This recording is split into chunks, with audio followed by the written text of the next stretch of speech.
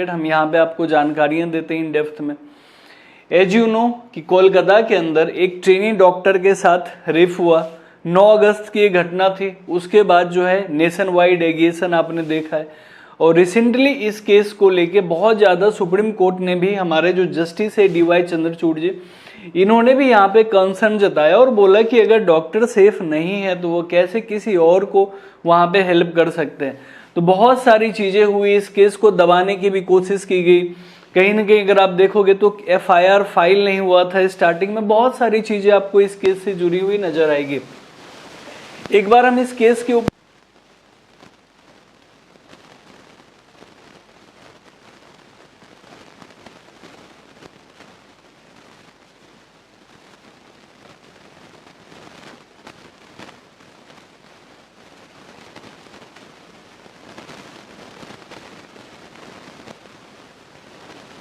के सबसे पहले इस केस को उन्होंने क्या करा कि एक सुसाइड का उन्होंने नाम देने की कोशिश की। बहुत ट्राई किया गया कि इस रेप मर्डर को एक सुसाइड, एक इंसिडेंट बना के यहाँ पे पेश किया जाए।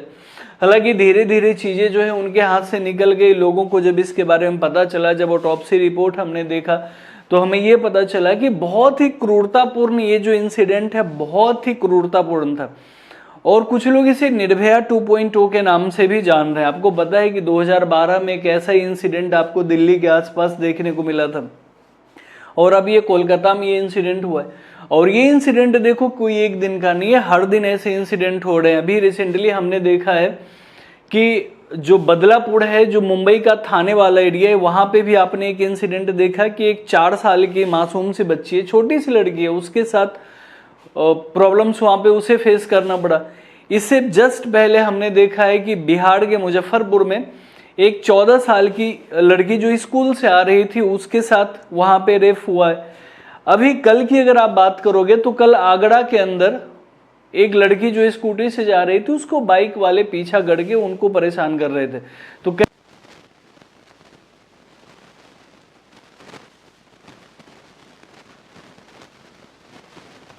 सबकी सेफ्टी की बात है, लेकिन वर्क प्लेस पे जो लोग काम कर रहे हैं, जो कि डॉक्टर्स हैं, ये बिल्कुल फ्रंट रनर होते हैं। आपने कोविड के टाइम पे भी देखा कि अपनी जान पे खेल के लोगों की जान बचा रहे थे। तो ऐसे लोगों की हमें सबसे ज्यादा जरूरत भी है और इनको प्रोटेक्ट करने की भी जरूरत है।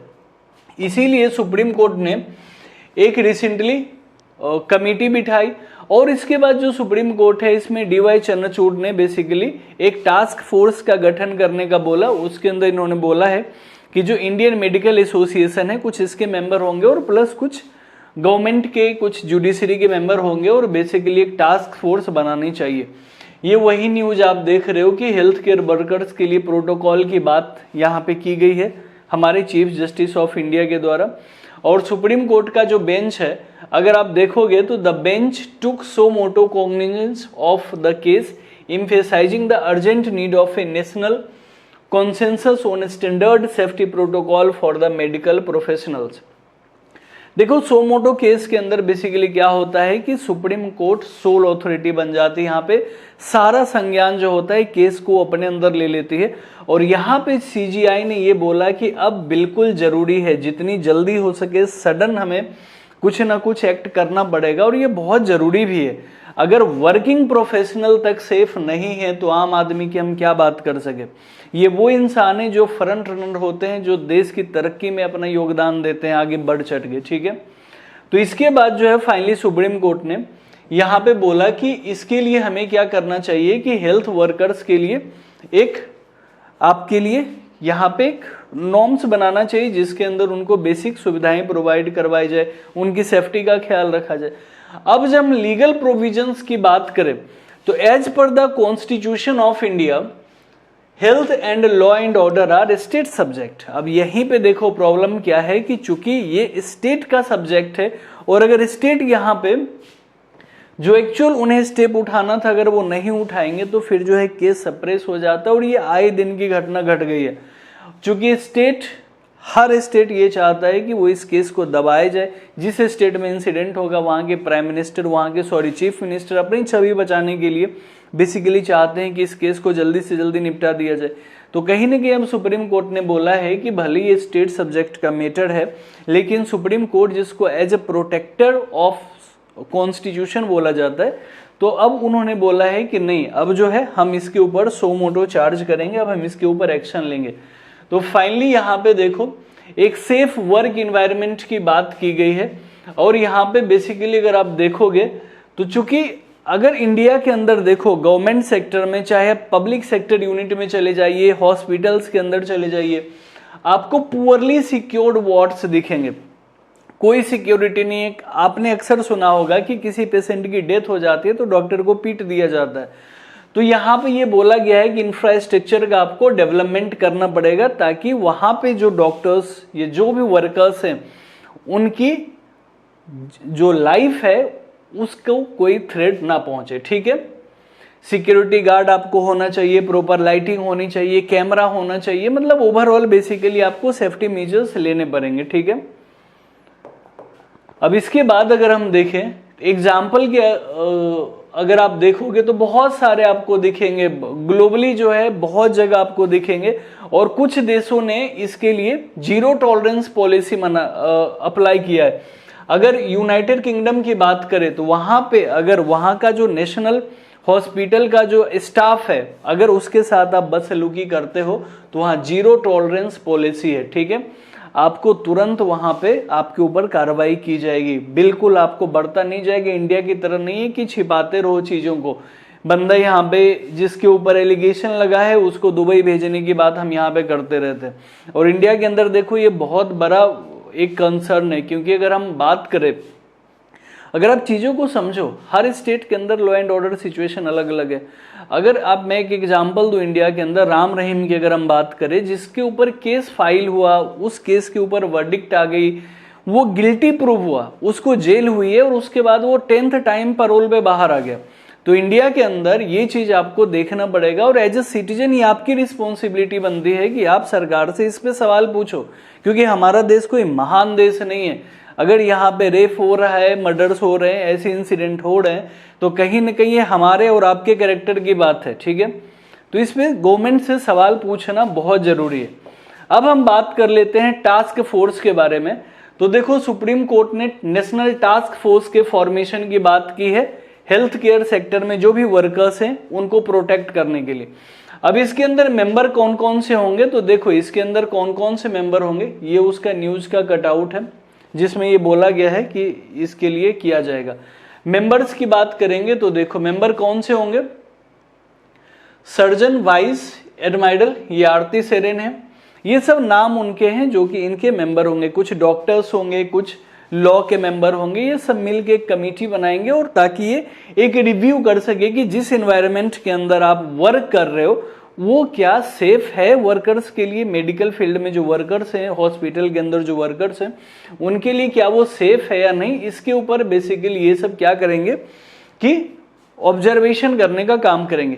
इनके साथ साथ अगर देखो तो एडिशनल अगर कोर मेंबर्स की बात करें तो जो ये टास्क फोर्स बनाया गया है, इसके अंदर अगर आप देखोगे तो एक्स एफिशियो मेंबर के अंदर आपको कौन कौन से लोग दिखेंगे, तो cabinet secretary of the government of India, the Home Secretary, the Secretary of the Union Health Ministry, the Chairperson of the National Medical Commission and the President of the National Board of Examiners। ये सारे लोग जो हैं ये ex officio member के रूप में वहां पे आपको दिखेंगे। अब इनका रहना जरूरी है, क्योंकि अगर ये नहीं रहेंगे तो फिर लेजिस्लेशन और एग्जीक्यूशन को जोड़ने का काम आप कैसे करोगे। तो एक लिंक बनाना, एक बैलेंस टास्क फोर्स बनानी है, इसीलिए आपको लेजिस्लेशन के मेंबर भी दिखेंगे, और ऑब्वियसली मेडिकल के जो है इंडियन मेडिकल एसोसिएशन ऑब्वियसली जिनको अपॉइंट करेगा, जो लिस्ट आपको ऊपर दिखा था, तो ये सब भी मेंबर आपको दिखेंगे यहाँ पे। ठीक है, अब इनकी रिस्पॉन्सिबिलिटी क्या होगी इस टास्क फोर्स की, तो क्या है, it has been tasked with the critical responsibility of devising an action plan to ensure the safety and well-being of the medical professional. It will particularly focus on the preventive gender-based violence and creating dignified working conditions for the intern, resident doctor and non-resident doctors. Basically जो ये national task force बनाई जा रही है medical field में जो भी work कर रहे हैं उनके लिए, जो सबसे बड़ा ये है कि पहले तो इंफ्रास्ट्रक्चर का डेवलपमेंट करो, वहां पे प्रॉपर सिक्योरिटी होनी चाहिए। इसके साथ साथ अगर आप बात करो तो जो वायलेंस अगेंस्ट विमेन होता है, विमेन स्टाफ जो होते हैं उनके अगेंस्ट जो वायलेंस हो रहा है उनको रोकने का काम करेंगे। इसके साथ साथ अगर आप बात करोगे तो जो भी इंटर्न डॉक्टर हैं, चाहे वो मेल है फीमेल है, चाहे स्टाफ नर्स है, जो भी है, उन सबको यहाँ पे प्रोटेक्ट करने की बात की गई है। ठीक है, अब एरिया टू बी एड्रेस। अब देखो यहाँ पे किस किस चीज को एड्रेस किया जाएगा, यहाँ पे एक बार इसको हम समझते हैं। क्योंकि प्रिवेंट करना है ना, तो आप किस चीज से प्रोटेक्ट करोगे, तो प्रोटेक्ट कहाँ कहाँ पे करोगे। तो देखो सबसे पहले आपको क्या करना है, तो सिक्योरिटी को बढ़ाना है। इमरजेंसी रूम और जितने भी क्रिटिकल एरिया है वहां पे आपको सिक्योरिटी को बढ़ाना ही बढ़ाना है। क्या होता है कि ओपीडी के अंदर सपोज करो कोई क्रिटिकल ऑपरेशन चल रहा हो, किसी पेशेंट की डेथ हो जाए, डॉक्टर कभी नहीं चाहते पेशेंट की डेथ हो, अगर गलती से हो जाए, किसी कारणवश हो जाए, तो लोग घुस के मारना शुरू कर देते हैं डॉक्टर्स को। तो इन सबसे प्रोटेक्ट करने के लिए बेसिकली जो है इमरजेंसी रूम और जो ओपीडी वाला है और अदर जो इमरजेंसी वाला एरिया है वहां पे सिक्योरिटी को आपको बढ़ाना पड़ेगा। इसके साथ साथ अगर आप देखो तो implementing baggage screening to prevent the entry of arms. एक जैसे आप मेट्रो स्टेशन पे जाते हो, रेलवे स्टेशन पे जाते हो, तो एक मशीन लगी रहती है जिसके अंदर आप अपने सामान को स्कैन करते हो। तो वही यहाँ पे बोला जा रहा है कि स्कैनिंग मशीन लगाएंगे ताकि आप चाकू, छुरी या कोई भी हथियार लेके अंदर नहीं जा सके। ठीक है, उसके साथ क्या है, restricting the number of non patient visitors. Obviously अगर आप विजिटर्स को, वैसे भी हॉस्पिटल के अंदर ज्यादा भीड़ नहीं जमा करना चाहिए, ज्यादा शोर शराबा नहीं करनी चाहिए, लोग डिस्टर्ब होते हैं। तो जो नॉन पेशेंट विजिटर हैं उनकी संख्या को कम करना पड़ेगा, या आप यहाँ पे रिस्ट्रिक्शंस लगा सकते हैं कि रात में एक से ज्यादा नहीं रुक सकता। वैसे बहुत सारे प्राइवेट अगर सेक्टर में देखोगे तो प्राइवेट हॉस्पिटल्स में यही होता है कि किसी को भी अलाउ नहीं करते, या हार्डली किसी एक को अलाउ किया जाता है। लेकिन गवर्नमेंट फील्ड में अगर आप देखोगे तो पूरा कुनबा, पूरा गांव आ जाता है किसी एक को देखने के लिए, उसको सपोर्ट करने के लिए, तो उसको भी रिस्ट्रिक्ट किया जाएगा। क्राउड कंट्रोल को इफेक्टिवली मैनेज किया जाएगा। ऑब्वियसली अगर आप सिक्योरिटी को बढ़ाओगे, इंफ्रास्ट्रक्चर को डेवलप करोगे, वॉल्स होने चाहिए, अच्छे खासे गेट होने चाहिए, आपके पास गार्ड्स होने चाहिए, तो ऑब्वियसली क्या होगा कि क्राउड को आप मैनेज कर लोगे अगर कभी भी कुछ सिचुएशन वहां पे क्रिएट हो जाती है। तो providing rest room and gender neutral spaces for medical staff. Obviously doctor भी इंसान है, काम करने के बाद थकेगा अगर, तो उनको रेस्ट रूम चाहिए।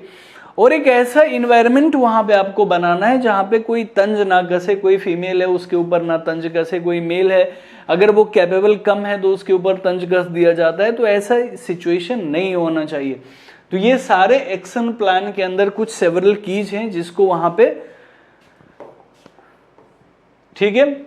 और अगर देखोगे तो biometric and facial recognition system को या इंट्रोड्यूस करने की बात की जा रही है डॉक्टर एंड स्टाफ नर्स के लिए, ताकि जो प्रोटेक्टेड एरिया है उधर ज्यादा इंट्रीज ना हो सके। ठीक है, lightning and installing CCTV in all hospitals. ठीक है, अब ये जरूरी इसलिए है कि सपोज करो कभी कोई इंसिडेंट हो गया या डॉक्टर ने ही कुछ गलत किया, तो फिर उनके ऊपर एक, यहाँ पे अगर सीसीटीवी कैमरा है, प्रॉपर लाइटिंग है, तो आपके पास एक एविडेंस है कि चलो ठीक है, यहाँ पे जो हुआ है वो एटलीस्ट पब्लिक के सामने तो आ सकता है, क्या सच्चाई है। इसके साथ साथ arranging transport for medical professionals between 10 PM and 6 AM। देखो ये बिल्कुल सही है कि अगर कोई डॉक्टर रात को 10 बजे अपना ड्यूटी खत्म कर रहे हैं, कोई रात के 12 बजे ऑपरेशन करके बाहर निकल रहे हैं, तो उनके लिए एक बहुत बड़ा मुसीबत बन जाता है कि अपने घर कैसे जाए। तो ये हॉस्पिटल की, ये गवर्नमेंट की रिस्पॉन्सिबिलिटी होगी, इस टास्क फोर्स की रिस्पॉन्सिबिलिटी होगी कि सेफ ट्रांसपोर्टेशन प्रोवाइड किया जाए और इनको सेफली इनके घर तक पहुंचाया जाए। ठीक है, इसके साथ साथ वर्कशॉप वगैरह कंडक्ट किया जाएगा ताकि अगर कोई ऐसा सिचुएशन क्रिएट हो जाए कि कोई आप पे अटैक कर रहा है तो आप खुद को डिफेंड कर सको। ठीक है, साथ साथ देखो performing quarterly audits of institutional safety measures.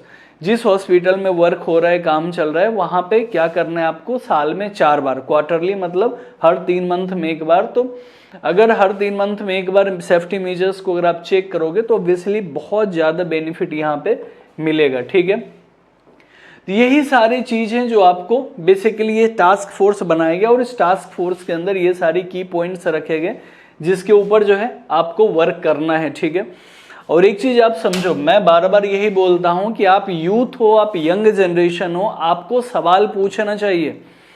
अगर आपके आस पड़ोस में कहीं पे भी प्रॉब्लम हो रही है तो ये मत सोचो कि वो किसी और का प्रॉब्लम है, ये कल आपके साथ भी ये घटना घट सकती है। तो प्लीज बी अवेयर, कोई भी ऐसी हरकत ना करे जिससे आपका, आपके फैमिली का सर डाउन हो, या जिससे कहीं ना कहीं हमारी देश की जो इंटीग्रिटी है, जो हमारा एक ग्रेटनेस है, महानता, उसके ऊपर कोई भी दाग धब्बा है। ठीक है, वैसे मैं अब नहीं मानता कि ये देश महान है, क्योंकि अगर इस देश में हर साल 30,000 से ज्यादा रेप होते हैं, और ये तो वो रेप के केसेस है जो एनसीआरबी का डाटा बताता है, ऐसे पता नहीं कितने सारे केसेस होंगे जिसको कभी रजिस्टर्ड ही नहीं किया जाता है। तो कहीं ना कहीं हमें, आपको, सबको एक बार सोचने की जरूरत है कि हम कहाँ पे हैं, क्या कर रहे हैं, और कैसे हमें अपने सोसाइटी को, अपने कंट्री को बचाना है। ठीक है, तो चलिए अगले सेशन में मिलते हैं एक ऐसे ही टॉपिक के साथ। लेकिन ये कोई टॉपिक नहीं है, ये आपकी रिस्पॉन्सिबिलिटी है कि इन चीज़ों को प्रोटेक्ट करें, अपने सोसाइटी को, अपने कंट्री को प्रोटेक्ट करना, ये हमारी, आपकी रिस्पॉन्सिबिलिटी है। कैंडल मार्च करके या 2-4 वीडियो बना देने से ये चीज़ खत्म नहीं होगी, इसके लिए हमें अपनी सोच बदलनी पड़ेगी। ठीक है, चलिए फिर, सेशन अगर अच्छा लगा हो तो लाइक शेयर कर दीजिएगा। कोई डाउट हो, कोई सवाल पूछना हो तो कमेंट बॉक्स खुला हुआ है, वहां पे आके आप सवाल वगैरह पूछ सकते हैं। ठीक है, चलिए फिर मिलता हूं मैं अगले सेशन में, तब तक के लिए थैंक यू सो मच।